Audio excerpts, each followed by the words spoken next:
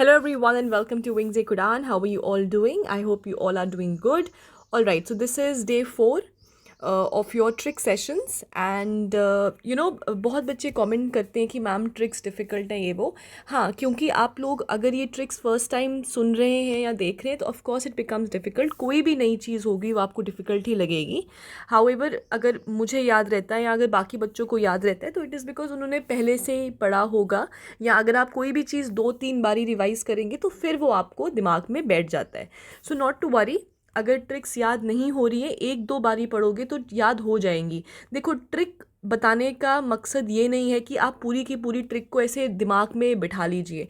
It is just the attempt is कि अगर आपको पेपर में क्वेश्चन आता है तो अगर आपको थोड़ी सी भी ट्रिक याद है तो आप उधर एक एनालिटिकल गेस या एक नॉलेजेबल गेस लगाने में आपको आसानी होगा. So this is the main M.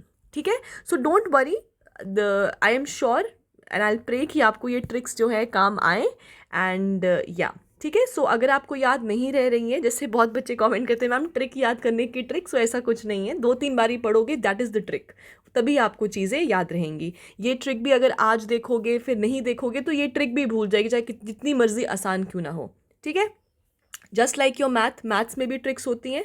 बार बार पढ़ोगे तो ही याद रहेंगी, नहीं पढ़ोगे तो नहीं याद रहेगी. As simple as that. ठीक है, so let's not waste any more time and let's get into the video.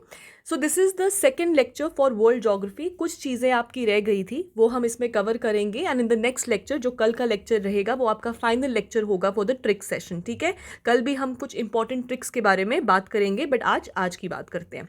All right, so the first is the important seas in the Eurasia in anti clockwise direction.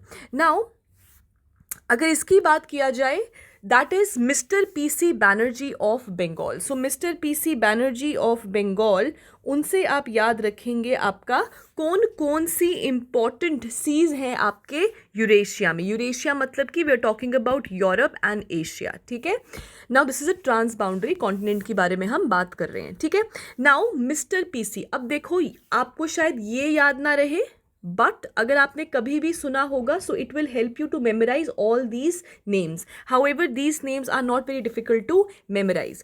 First is the Mediterranean Sea. Of course Mediterranean तो एक पेट question रहता है आपके UPSC में. 2-3 साल लगातार Mediterranean के ऊपर क्वेश्चन आते रहे हैं. ठीक है, सो मेडिटेरियन को भी आज हम डिस्कस करेंगे. So first is the Mediterranean Sea. R stands for the Red Sea. P stands for the Persian Gulf. C stands for the Caspian Sea.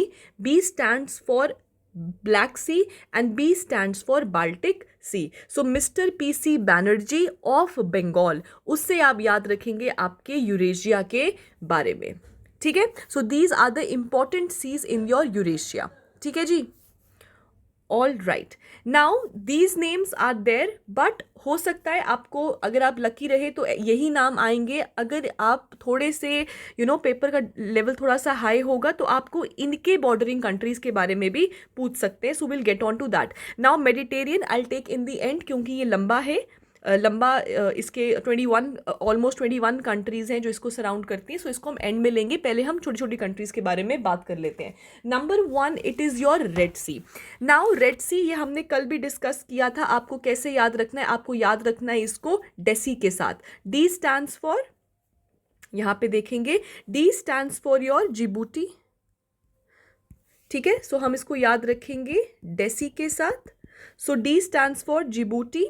E stands for Eritrea, not Ethiopia. कल भी मैंने बताया था यूथोपिया इसके साथ border share नहीं करता है. S stands for Sudan.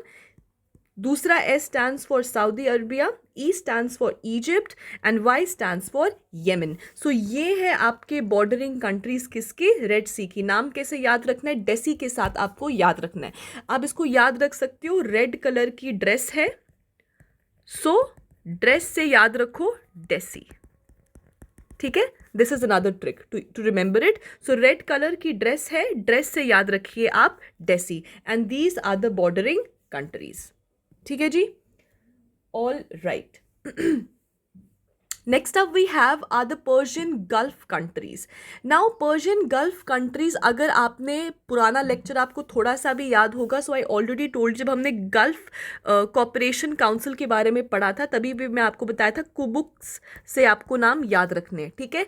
कुबुक्स plus I2 कर दोगे तो बन जाएंगी पर्शियन गल्फ कंट्रीज। I2, ये I raise to the power of 2 है। कौन कौन सी कंट्रीज है? नंबर 1 इज कतार और Qatar, U stands for UAE, B stands for Bahrain, O stands for Oman, K stands for Kuwait, S stands for Saudi Arabia, and these are your Gulf Cooperation countries also, and I2 stands for Iran and Iraq. I don't think इसमें ज़्यादा कोई problem होगा. We'll look at the picture also ताकि अच्छे तरीके से आपको चीज़ें याद रहें.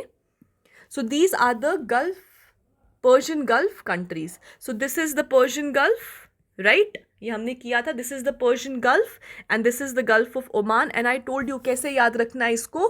Hope के साथ इसको आपको याद रखना है. याद है ना? Strait of Hormuz, Gulf of Oman and the Persian Gulf. So the Persian Gulf, Gulf of Oman, and this is the Strait of Hormuz. ठीक है, ओके. सो इसको देख लेते हैं कौन कौन सी कंट्रीज हमने बात की है. हमने बात की है कुबुक्स plus I2, so that is Iran, Iraq, Kuwait, Bahrain, Qatar, Qatar, जैसे भी प्रोनाउंस करते हैं, UAE, Oman and Saudi Arabia. ये है आपकी पर्शियन गल्फ कंट्रीज. ठीक है, all right. Next is countries around the Caspian Sea. इसको कैसे याद रखना है? कैस्पियन से आप याद रखेंगे, देखो आपको पता है एक घड़ी आती थी कैसियो नाम की, राइट? अभी भी आती है. सो कैसियो से कैस्पियन, घड़ी है, घड़ी में क्या होता है? टाइम दिखाते हैं, डेट, तारीख दिखाते हैं. तो तारीख से आप याद रखिए जी कैस्पियन सी के बारे में. सो तारीख स्टैंड्स फॉर व्हाट? तारीख stands for Turkmenistan, A stands for Azerbaijan, R stands for Russia, I stands for Iran and K stands for Kazakhstan. ठीक है, ये कंट्रीज हैं यहाँ पे. इसको हम यहाँ पे भी देख लेते हैं अच्छे से for better understanding. Where is this? Is the Central Asia. हाँ, this is your Caspian Sea, right? कैसे याद रखना है हमने इसको? तारीख के साथ याद रखना है इसको. कौन सी घड़ी? कैसियो घड़ी होती थी, और घड़ियों में टाइम भी होता है और आपको डेट भी दिखाते हैं. तो डेट से आप याद रखेंगे तारीख. कैस्पियन सी, तारीख. So what is it? What are the name of the countries? T stands for Turkmenistan, A stands for Azerbaijan, ये देख रहे हैं आप बॉर्डर है, सॉरी ये आपका जो बॉर्डर है एजरबाईजान का, ठीक है. R स्टैंड्स फॉर रशिया, ये देखो कितना बड़ा बॉर्डर शेयर कर रहा है रशिया के साथ. I स्टैंड्स फॉर ईरान, ये पूरा का पूरा जो है ईरानियन बॉर्डर है. And K stands for Kazakhstan. Now Uzbekistan नहीं है, ठीक है, ये आप याद रखिएगा, ये उज्बेकिस्तान इसका पार्ट नहीं है. So these are your Caspian Sea के बॉर्डरिंग कंट्रीज. ठीक है, नाउ हियर हम लोगों ने बात किया है आपके कुछ इंपॉर्टेंट नाम, जैसे कि आपका हमने बात किया है तुर्कमेनिस्तान, कजाकिस्तान, एजरबाईजान के बारे में बात की है. सो यहाँ पे इम्पोर्टेंट जो हम बात करें that is basically central Asian countries, right? Central Asian countries, right? Now कैसे याद रख सकते हैं आप सेंट्रल एशियन कंट्रीज को? याद रखिएगा there are 5 central Asian countries. कितनी है जी? 5 सेंट्रल एशियन कंट्रीज हैं. याद रखिए इसको. जैसे कि आपके पास कोई बहुत अच्छा ड्रेस है, सूट है, दुपट्टा है, तो उसके सेंटर में ना टुक पड़ गया. क्या पड़ गया जी? टुक पड़ गया. टुक पड़ गया. Now this took we did yesterday also. ये था आपका लेक विक्टोरिया के लिए, अगर आपको याद है. लेक विक्टोरिया के लिए भी हमने टुक किया था, राइट? सिमिलरली इसको भी आप टुक से याद रखो, सेंटर, क्योंकि लेक विक्टोरिया भी बीचों बीच में था. तो बीचों बीच में जो है ऐसे लग रहा था जैसे टुक पड़ा हुआ है. युगांडा, कीनिया, उन सब कंट्रीज के बारे में बात किया था. सिमिलरली सेंट्रल एशियन कंट्रीज की भी जब बात होगी तो हम किसके बारे में बात कर रहे हैं? हम उसी टुक के बारे में बात कर रहे हैं. सेंट्रल एशियन कंट्रीज में हम उसी टुक के बारे में बात कर रहे हैं. सो TUK यहाँ लगा दीजिए, raise to the power of 2, raise to the power of 2, that is TTUKK. T stands for Turkmenistan. रुक जाइए, ये रहा, ठीक है. So what it stands for? क्या हो गया है ये रहा, ठीक है. So T2UK K2. So T stands for आपका तजाकिस्तान एंड तुर्कमेनिस्तान.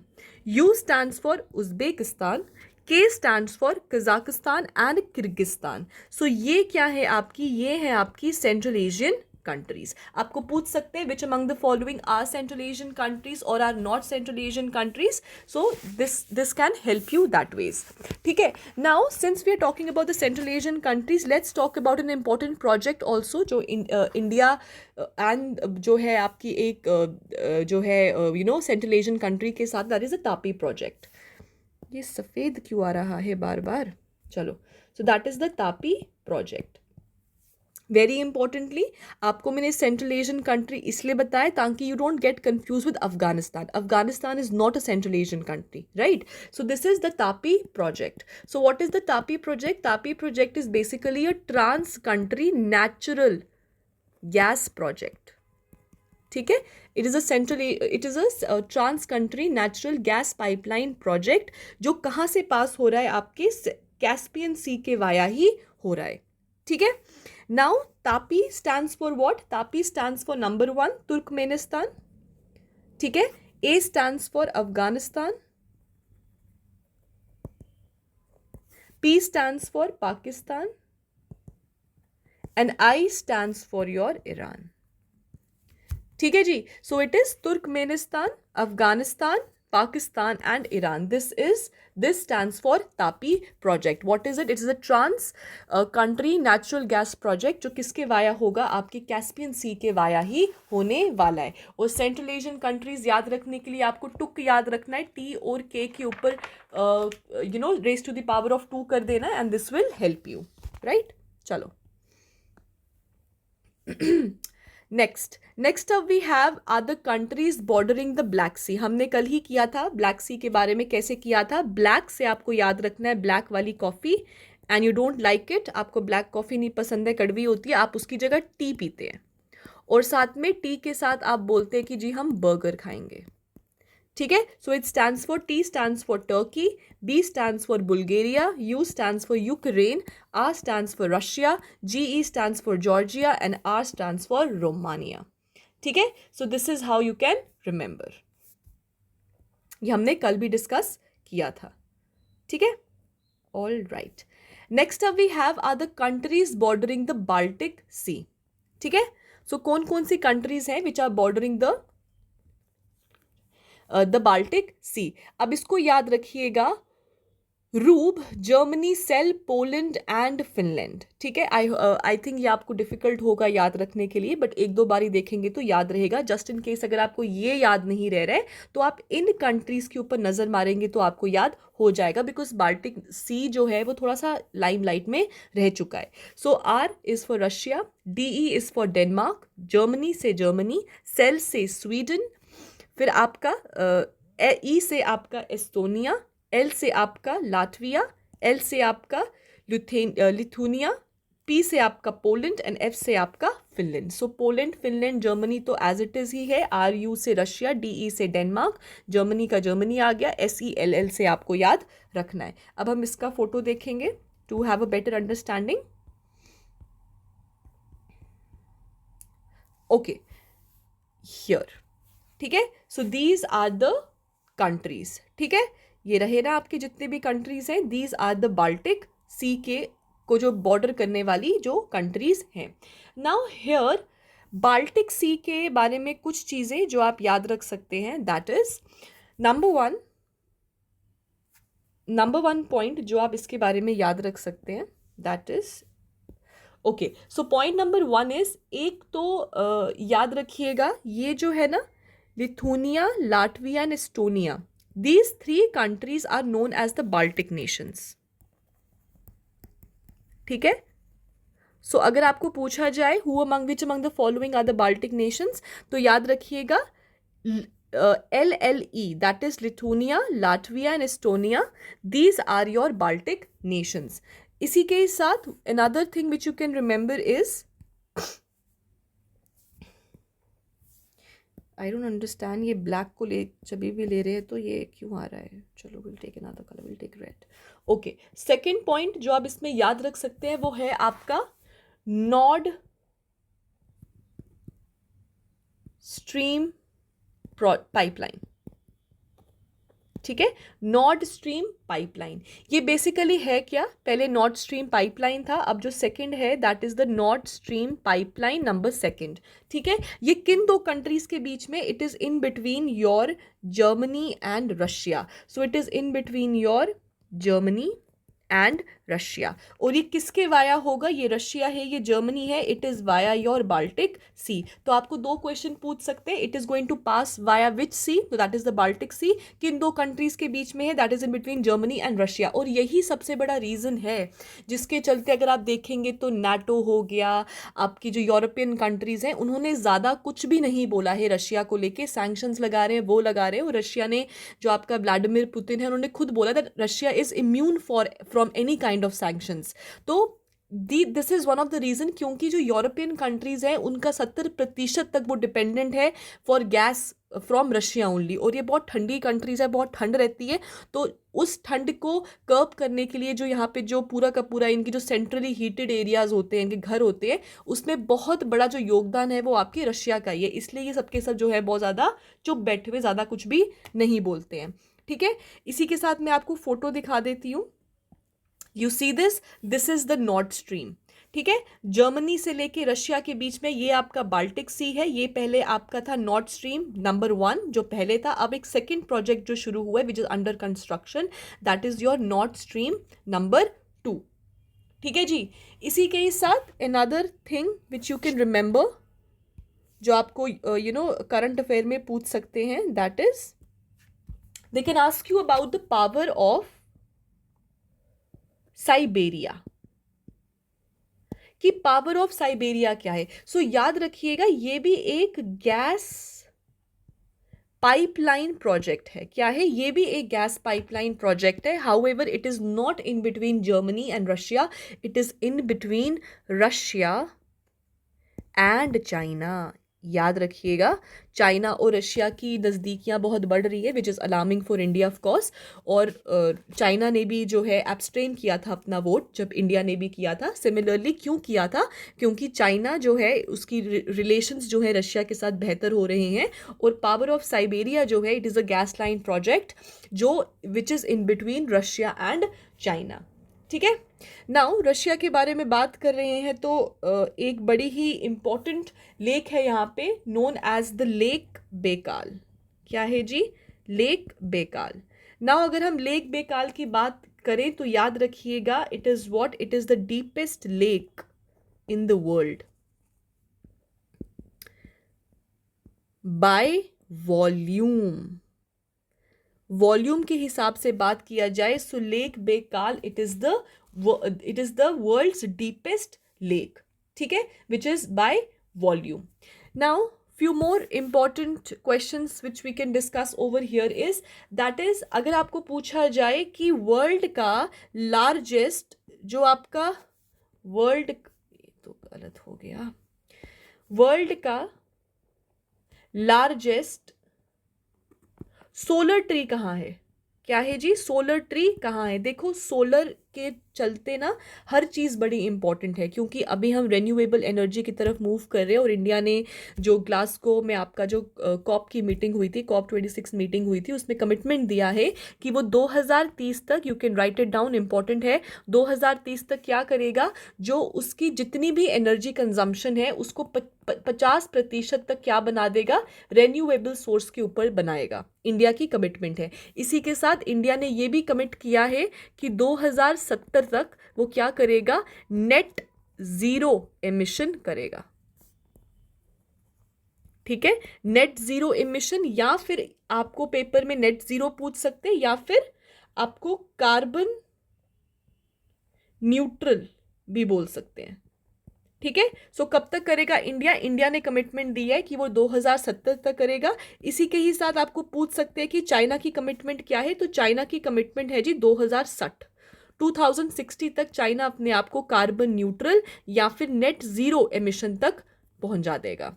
इसी के साथ यूरोपियन यूनियन की बात किया जाए, सो 2050 जो है वो कमिटमेंट लिया है किसने, वो कमिटमेंट लिया है आपके यूरोपियन यूनियन ने, ठीक है। Okay, so since we are talking about neutral stuff, मतलब फ्रेंडली टू योर एनवायरनमेंट। तो बात करते हैं हम थोड़ा सा आपके वर्ल्ड, अच्छा हाँ, सोलर ट्री के बारे में बात कर रहे थे पहले, उसका आंसर। तो वर्ल्ड का लार्जेस्ट सोलर ट्री कहाँ बन रहा है, याद रखिएगा, वो बन रहा है आपका कोलकाता में।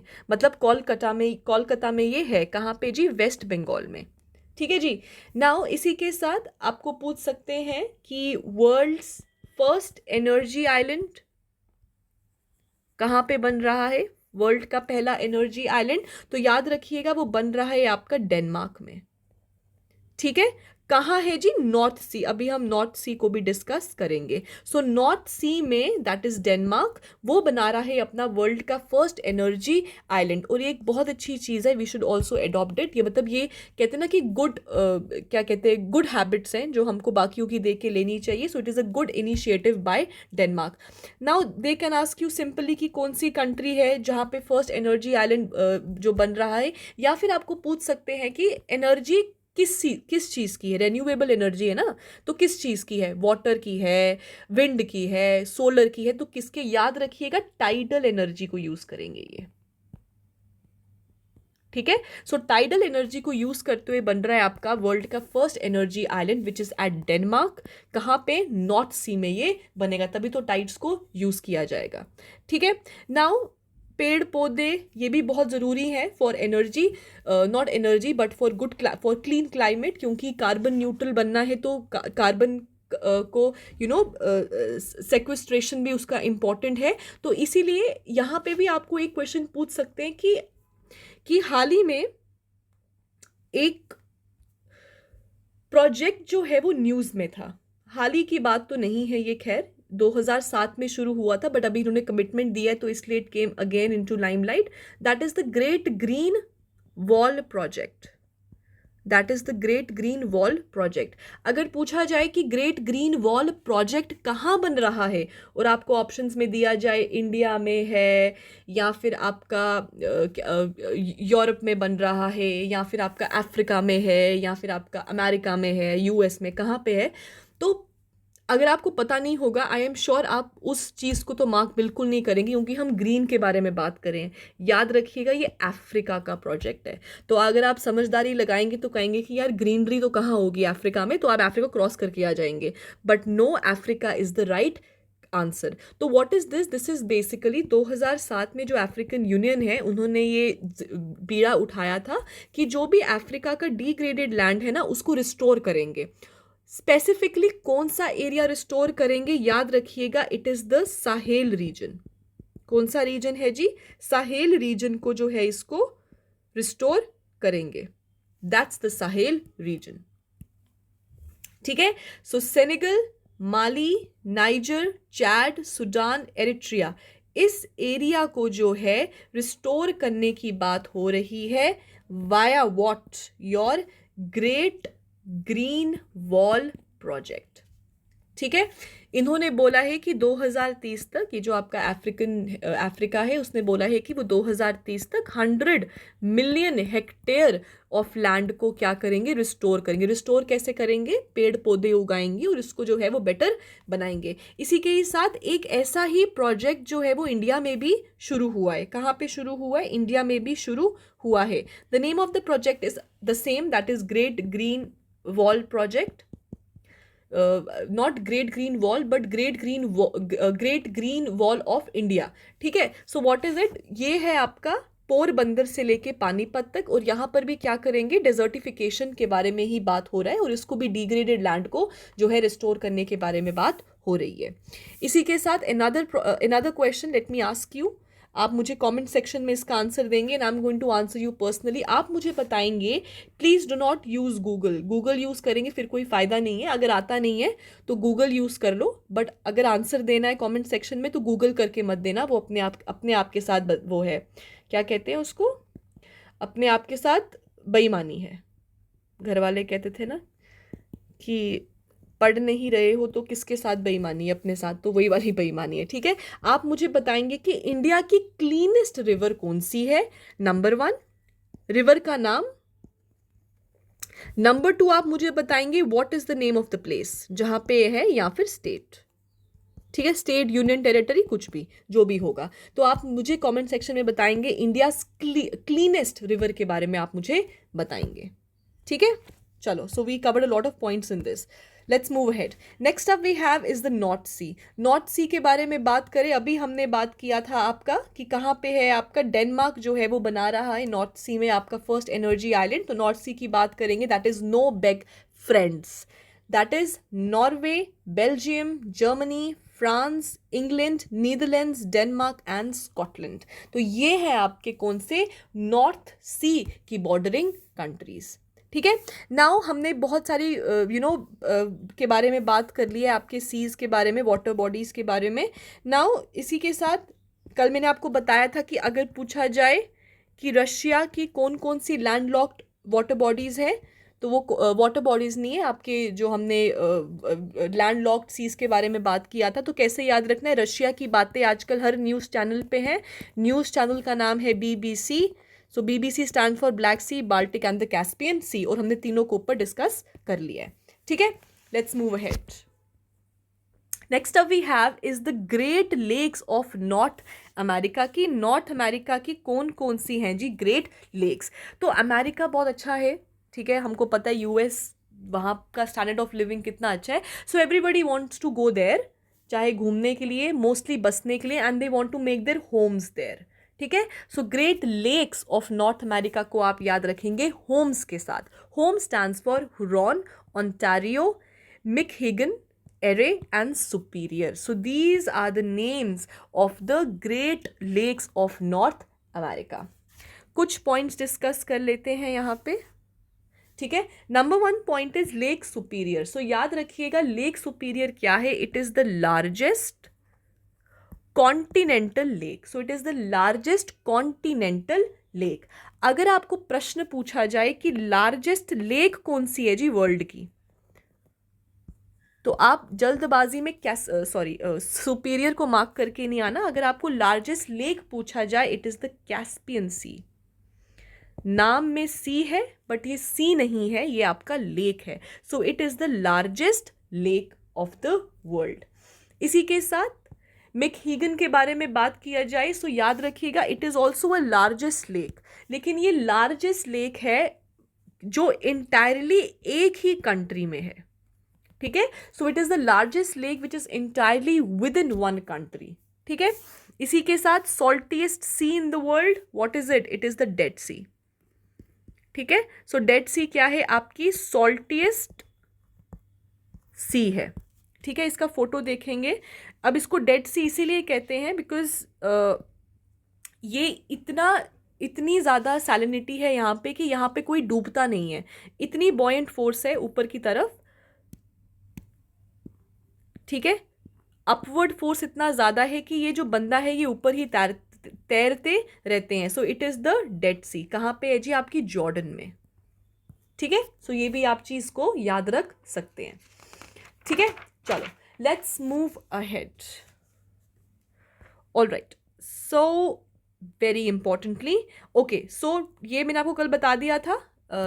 उस पे आने से पहले हम पहले ये करते हैं। Victoria, I told you took, यहाँ पे कुट लिखा है पर आप इसको टुक के साथ याद रखें। Tanzania, Uganda, Kenya. 5 ओशंस कौन कौन से हैं? आई टोल्ड यू कि 5th ओशन हाल ही में बना है आपका, that is your southern ocean और द एंटार्क्टिक ओशन। ठीक है जी, सो आप उसको भी याद रखिए। और कैसे करना है जी? 5 ओशन है, हमको ढेर सारा पानी है, तो पानी है तो पैसा वसूल है। That is Pacific, Arctic, Indian, southern ocean and Atlantic ocean. ठीक है, all right, so let's get on to the Amazon basin. Now this Amazon rainforest have been extremely in news because of the Amazon rainforest में fire लग गया था। और ये 2019 की बात है, आई बिलीव। वो 2021 में हमको पता है ऑस्ट्रेलियन बुश फायर्स भी आ गए थे। Will discuss about the Australian bush fires as well. But अगर हम अमेजॉन बेसिन की बात करें तो आपको पूछ सकते हैं कि जो ये अमेजॉन रेन फॉरेस्ट है वो कितना और कौन कौन सी कंट्रीज़ में फैला। सबसे पहले तो कौन सी कॉन्टिनेंट में है जी? South America, South American continent में ये है। तो कैसे याद रखना है? Amazing vice chancellor educated the people to be bold and brave in order to fight the Amazon rain forest में जो फायर लगे थे उसको फाइट करने के लिए, और अमेजोन में नंबर ऑफ वाइड स्पीशीज़ जो है वहाँ पे आपके फ्लोरा एंड फौना का है, तो इसीलिए उनको फाइट कैसे करना है, बोल्ड और ब्रेव तरीके से करना है।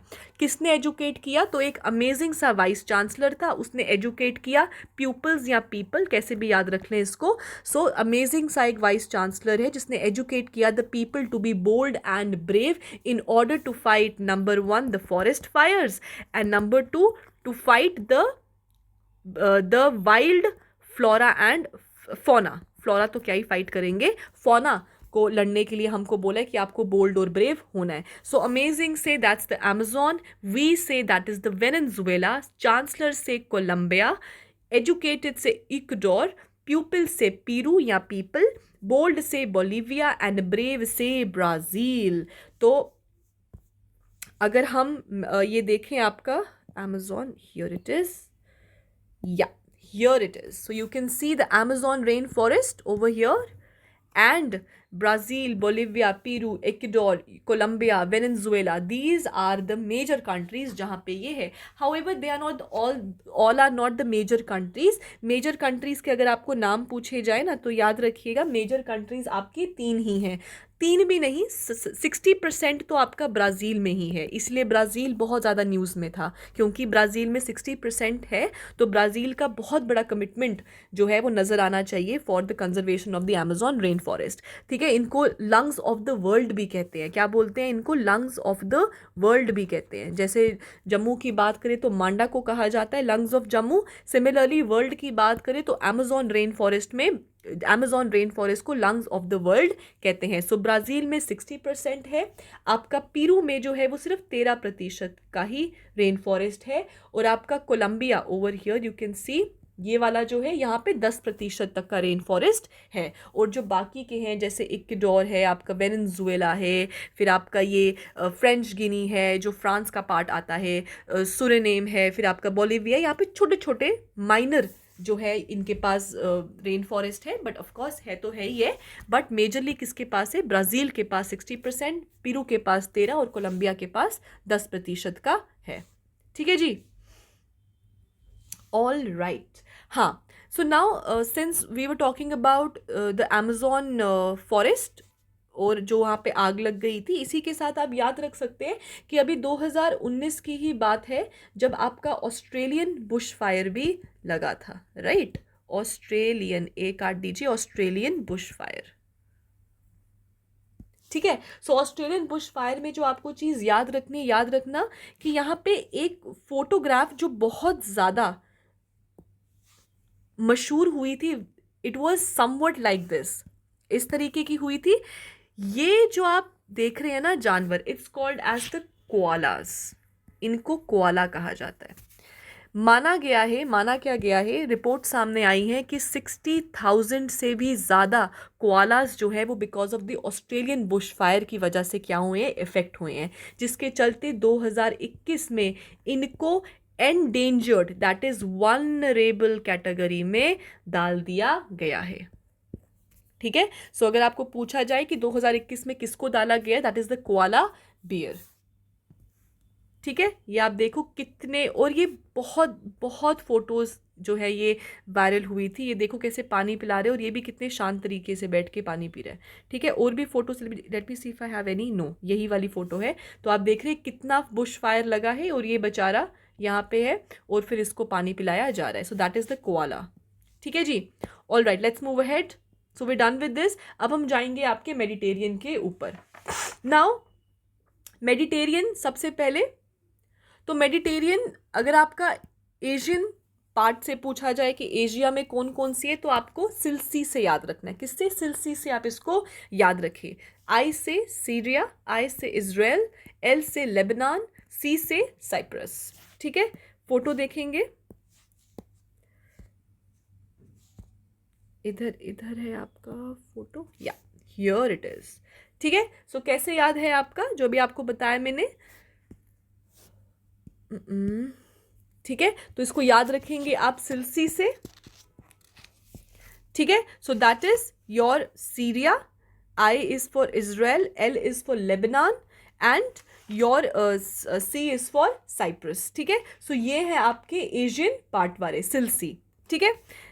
अगर आपको पूछा जाए फॉर योर अफ्रीकन, अफ्रीका का ज़रूरी है, तो आप इसको याद रखना। कैसे याद रखेंगे आप अफ्रीका वाला को? तो इसको आप याद रखेंगे as metal.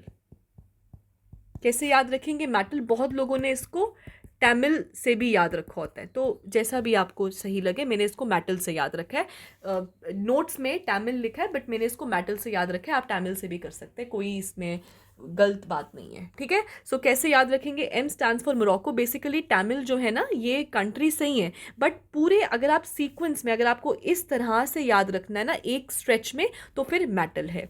M stands for Morocco, A stands for Algeria, T stands for Tunisia, L stands for Libya, E stands for Egypt, ठीक है। और ये है आपके अफ्रीकन कॉन्टिनेंट और ये है आपका मेडिटेरियन, ठीक है जी।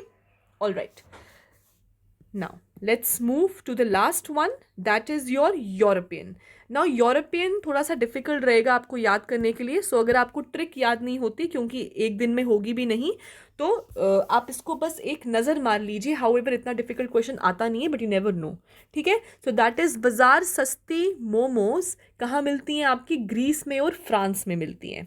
सो that stands for, B stands for Bosnia, S stands for Spain, A stands for Albania, S stands for Slovenia, T stands for Turkey, I stands for Italy, M stands for Montenegro, M stands for Monaco, G stands for Greece, F stands for France and this C stands for Croatia. So ये है आपका European part. ये याद नहीं रहता, मत करो, कोई भी ज़रूरी बात नहीं है याद रखना, आप इनको ही देख लीजिए। जो आपको ट्रिक्स लग रहे हैं आप याद रख सकते हैं, वेरी गुड। नहीं याद अगर आपको लग रहा है नहीं रह रहे हैं, एक बारी सुन लो, ध्यान से सुन लो, ताकि पेपर में आए तो आप कुछ ना कुछ आपको दिमाग में आए और आप एक अच्छा एजुकेटेड गेस मारने में कामयाब रहें, ठीक है। सो ट्रिक्स याद रहती हैं, but like I told you, जैसे मैथ्स की ट्रिक्स है, बार बार पढ़ोगे तो ही याद रहेंगे, बार बार अप्लाई करोगे तो याद रहेंगी। ऐसे ट्रिक हो चाहे कुछ भी हो, कुछ याद नहीं रहेगा, ठीक है। अब ट्रिक में आपको चंटू मंटू के हिसाब से देखिए, अगर मेडिटेरियन है तो चंटू याद रखना, रेड सी आएगा तो मंटू याद रखना, ऐसा तो हो नहीं सकता ना। So it's okay, it might one size fits for all वाला कुछ तो है नहीं। जिसको याद रहता है वेरी गुड, जिसको याद नहीं रहता है आई होप जैसे आपने याद रखा है आपको उसी से याद रहे, ठीक है। So this is day 4 and I will see you tomorrow, that is going to be the last trick session. I wish you all the very best and I will see you tomorrow. Thank you and have a nice day.